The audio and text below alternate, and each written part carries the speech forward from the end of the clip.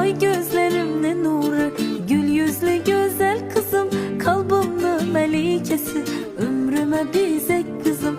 Gecek gecek saçları yaraşıptım özü. Saminani tug'ilgan kuni bilan tabriklashingiz mumkin hamda ambassador bo'ldi Smart Baby'ga.